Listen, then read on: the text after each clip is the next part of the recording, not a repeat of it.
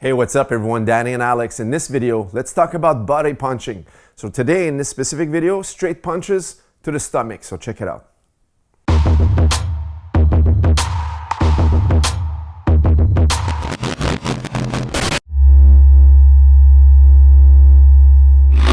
All right, so when I think about the art of body punching, I think of the greats such as Bernard Hopkins, excellent body puncher.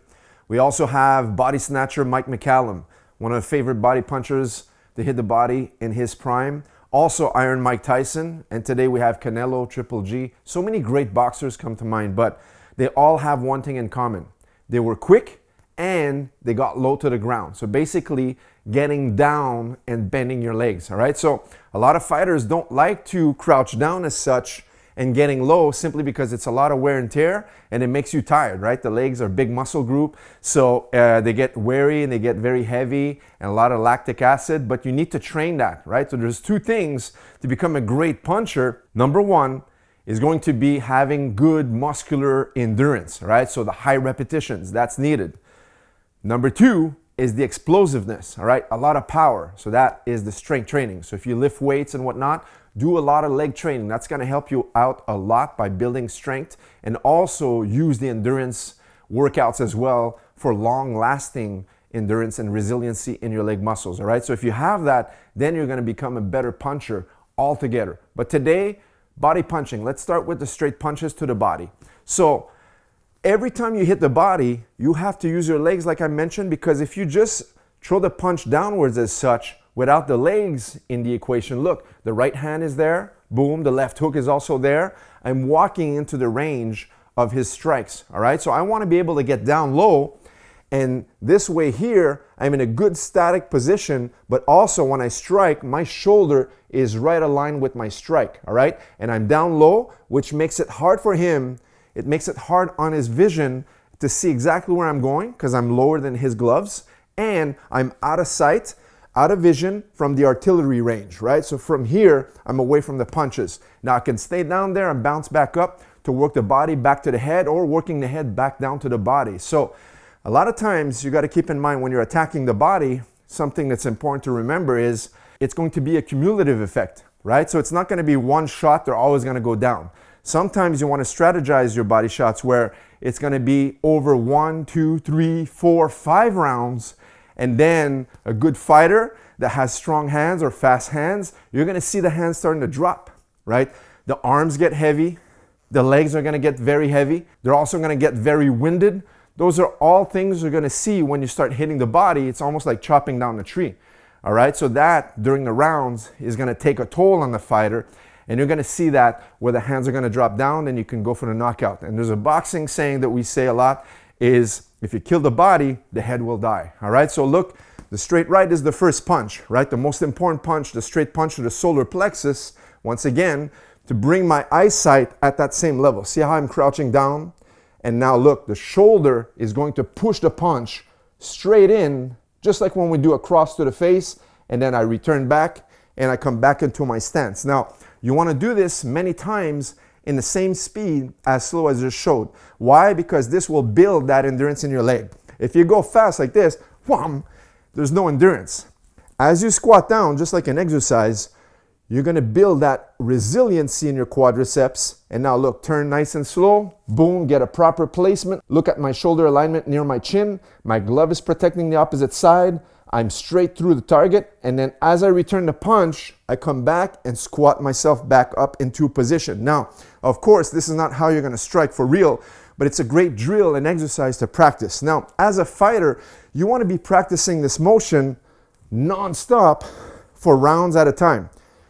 When I was younger, I used to practice these types of drills and just do about hundreds and hundreds of repetitions non-stop, and I didn't have a boxing timer, so what I used to do is just put on my favorite songs and just non-stop go through this for 3, 4, 5, 6 songs in a row until my legs were super tired, and then I would switch stance and do the same thing on the opposite side. So the straight right to the body, once again, as a target, bend your legs, switch your hips, coming back into your stance, all right? Let's switch sides. Same thing here. Get down low, turn, rotate on the back foot as you pull the punch back up, back into your stance, right? So same thing as when I throw a cross to the head, same mechanics, but now I'm crouching into a lunging position, and that will create a lot of power in your strikes. Now, when it comes to the body, sometimes you'll have fighters, they'll have this stance right here. Like a lot of the European fighters, they have their hands up nice and tight. The elbows are always protecting the body right here.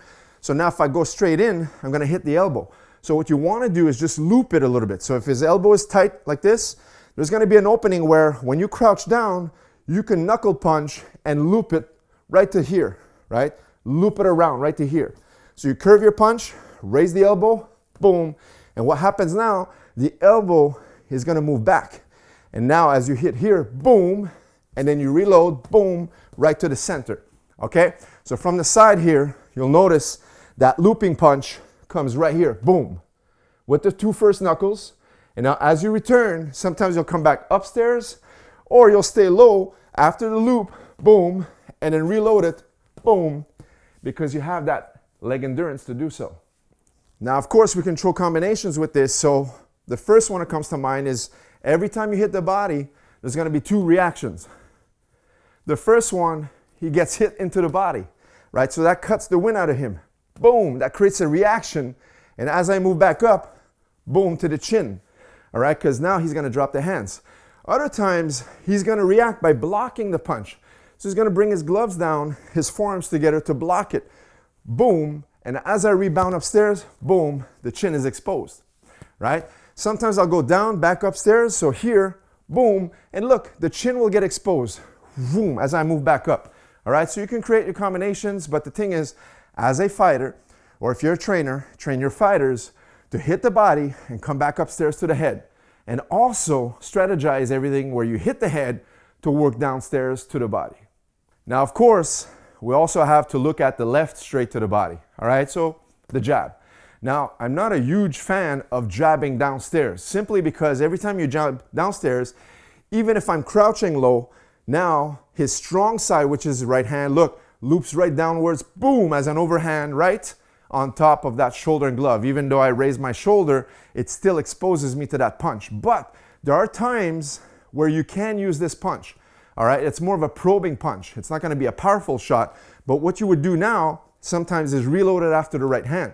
So as an example, maybe the right goes to the head and the gloves come all the way up, and this is gonna be used as a distraction, and then I'll crouch back down using my legs and boom, shoot it back to the stomach. All right, so this is one example.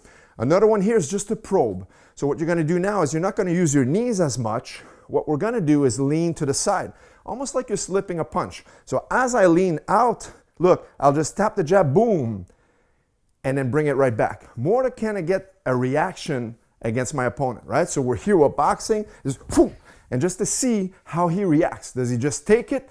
Does he bring his gloves down, right? Does he bring the left hand down, the right hand down, both gloves down, elbows in, out? We want to see a little bit what's going on, and sometimes you can use it with the footwork, and just step out on the angle so that way there you see how he reacts when you move out of the way. So punches to the stomach have to be done with the shoulder. So notice I didn't punch with my head up exposed. Everything goes down. So whether I crouch down and shoot it out straight, or I lean down and shoot it out straight, I'm trying to bring my head out of the line of fire for his strikes. So it's very important. So once again, on the right, crouch down and shoot it out. On the left, crouch down as well, shoot it out, or other times just lean to the side and just pop it out. More of a slapping type jab to probe. These are great punches to have in your arsenal.